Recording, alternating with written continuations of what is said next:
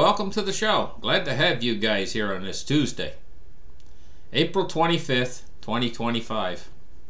First thing we're going to talk about here is office buildings in major cities all across the United States of America. They're basically emptying out. And this is going to make it impossible for a lot of the companies to renew leases and things like that. Major cities like Dallas, New York, San Francisco. It says, for anybody looking to keep their finger on the pulse of how commercial real estate is holding up, look no further than major U.S. cities like Houston, Dallas, New York, and San Francisco. You know, this is like a $20 trillion industry. This alone, I mean, this is the commercial real estate industry. It's just alone, it's just teetering right now. Because of the huge transition that was made during the COVID epidemic. People just quit. They work at home nowadays by computer and stuff, and it's a transition. It's a huge transition out of the office space.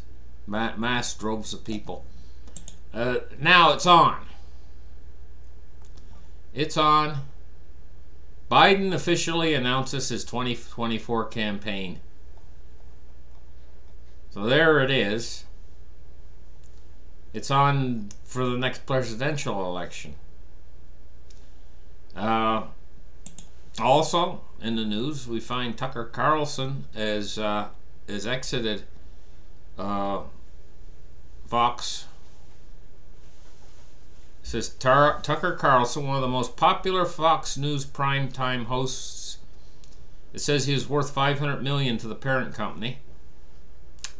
It says that's what the trading stock indicates. It says because Fox Corporation sank by 5.4% Monday before trimming losses to 2.9% after the company said Carlson had left with an immediate effect. The departure comes just days after the network agreed to pay $787 million to settle a defamation suit brought by Dominion Voting Systems Incorporated. So that's what's going on with that. Now, BlackRock CEO Larry Fink has sold 7% of his stake in BlackRock, evidently. He's pulling the plug.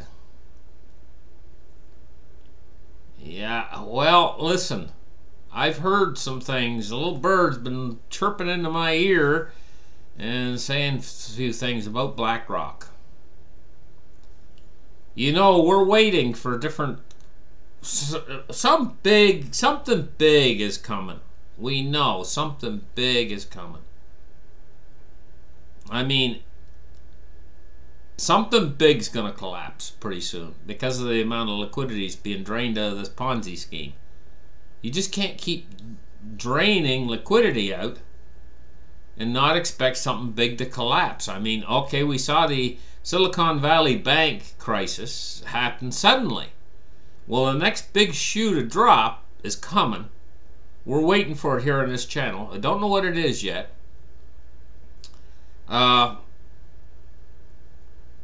But, you know, there's certain places within the system right now that are becoming extremely fragile. Okay? Now, silver prices today. We're seeing it. We had a little dipsy doodle down. It went down to 24, looked like $24 and maybe 40 or 50 cent, 24.50. Looks like it went dipsy doodle down. Now it's went up a little bit again, and now it's starting to teeter back down a little bit. We're looking at 24.86 for silver right now. You got to remember, I told you guys, we're in the middle of this deflationary event. This is a deflationary event, and it's very unusual to see gold and silver skyrocket when there's this much stress in the system right now. But you know, if stress gets a lot worse than it is right now, the opposite could occur, where people get scared and they start to buy it on a fear trade, gold and silver. We're very close to that, but we're not quite there. There's not a lot of fear out there right now. And so, because it's slightly deflationary with not a lot of fear, because we're having this deflationary event. I shouldn't say slightly deflationary. As a part of the system right now, it's very deflationary. While at the same time, there's another part of the system that's still moving on forward with inflation. So we got a very confused financial system, with parts of it deflating, like things like the parts of the everything bubbles.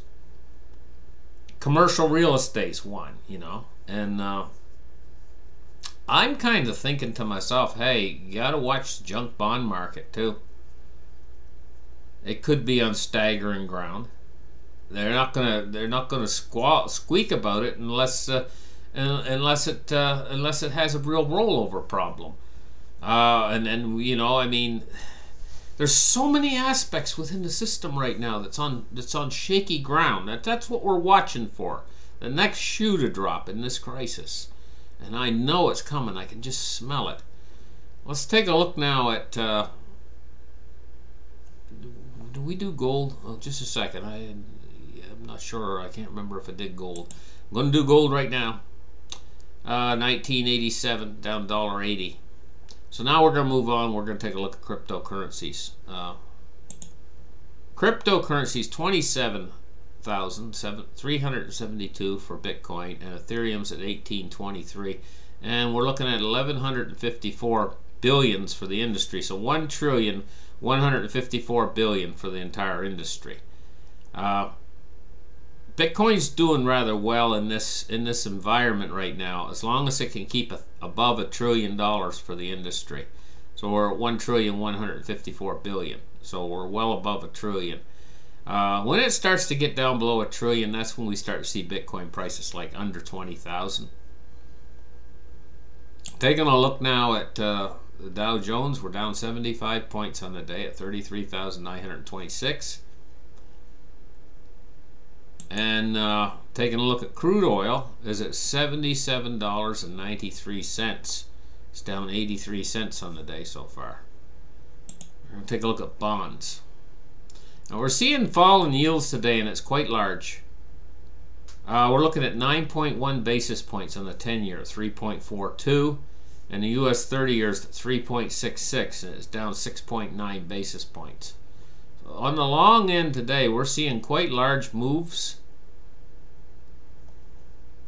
Taking a look at the U.S. dollar index, and we're looking at 101.65 on the U.S. dollar index.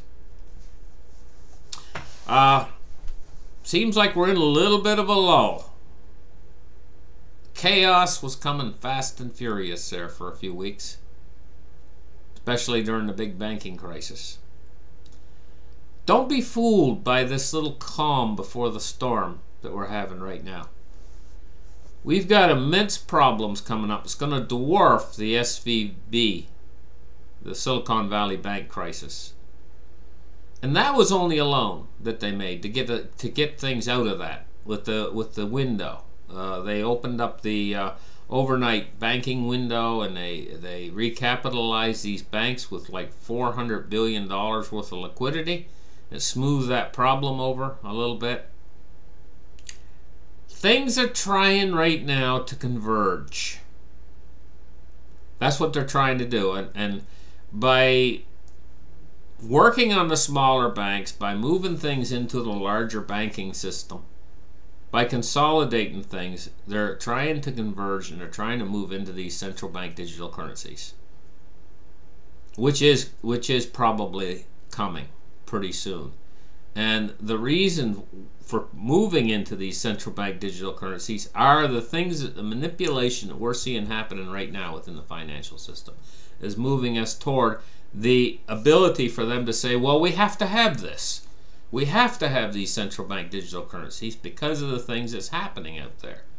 As a problem reaction solution. And what will the central bank digital currency do? Well, the FedNow system that they've got in place is like a stepping stone on the way to a full-fledged central bank digital currency. And all these smaller countries are starting to move toward, and they're going to probably be marching toward a central bank digital currency. I mean, it's so easy now. They could use a service like there's a company out there called HBAR. It's a digital coin out there that facilitates a small country moving in and having their own central bank digital currency. And I mean, so this technology does exist out there, is what I'm pointing out, in the blockchain right now, where it's not just the big players like China saying, okay, we're going to have a central bank digital currency. I think most of these big players are going to run their own algorithms. Big players like the U.S. Central Bank, the People's Bank of China, the Bank of Japan, the BOE, they've all got their own technology to run a central bank digital currency. But you know, some of these other smaller countries, but they're all going to switch over. All these central banks and all the countries out there are going to be switching over to central bank digital currencies once the first real big players start to enter in. And so what's it going to be like is, for the common ordinary citizen out there, suddenly your credit score is going to mean a lot. You know? And also they're going to know where you're spending your money and how and on who and what and when. There's an awful lot to this. It's not just, but it's also coming down to the wire now where they're going to have this, because the reason for them to have this is coming in place. And they're creating that reason by their policies that they're enacting right now. I mean, they could have made this old system of doing things, this old monetary system, last a lot longer if they'd wanted it to. But they're knocking the legs out from underneath it right now. And at the same time, they're going to make a whole new class of poverty within the countries that they're knocking the legs out from underneath this.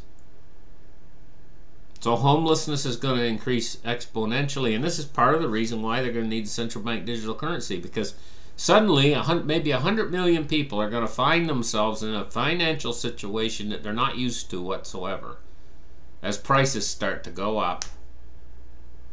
As the Fed is forced to capitulate now soon to this next crisis that's coming very soon. And I can't quite tell you guys exactly what the black swan's going to be, but I can tell you there's going to be a black swan pretty soon right now, because it's a no-brainer. I'm sitting here and I'm looking at the patient, and they're saying, okay, we're going to give him a transfusion, but first we got to suck all the blood out of this patient. Well, it's a no-brainer. Something's going to give. Maybe he's going to have a cardiac arrest. Maybe his kidneys are going to stop functioning, but something's going to give. That's the financial system right now, and I can see that something's going to give. Then they're going to rush in, and then they're going to fix it, because they have to. Because they can't allow the financial system to die.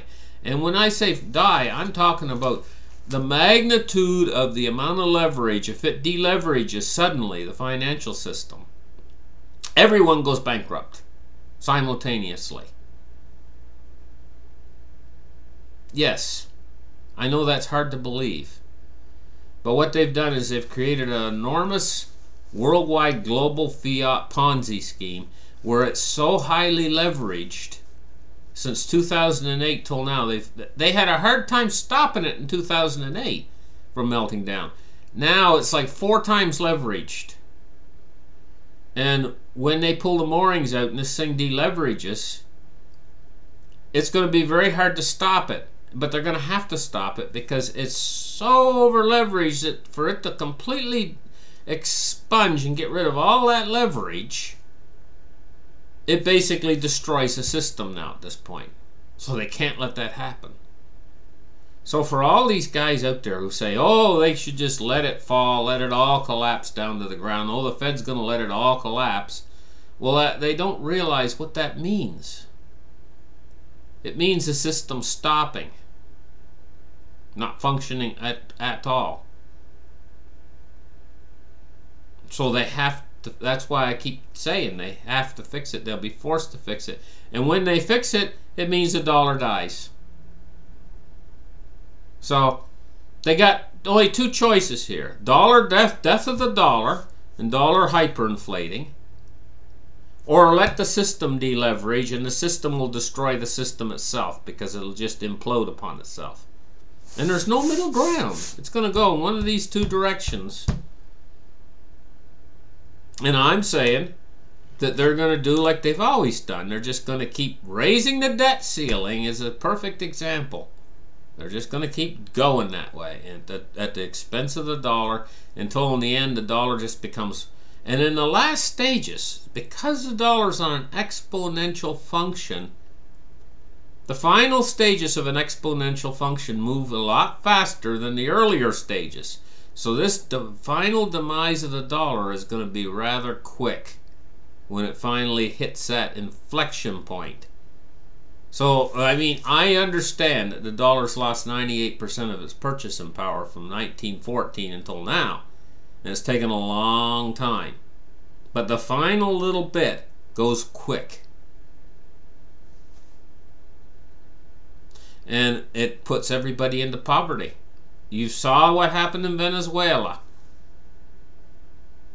The people there have lost 20 pounds, and they didn't want to lose 20 pounds. This is what it's going to look like. It's going to look like we're a third world country and we're already halfway there. You can see it when you buy purchase things sometimes. Maybe you like to purchase, I don't know, peanuts or something, you know. And you find that the quality of the peanuts has fallen off. Maybe you bit into one and it was like a rock, and maybe you broke your tooth and said, this isn't like the peanuts I used to buy. First off, they're 3 times more expensive. I only get half as many as I used to. They're not cooked right.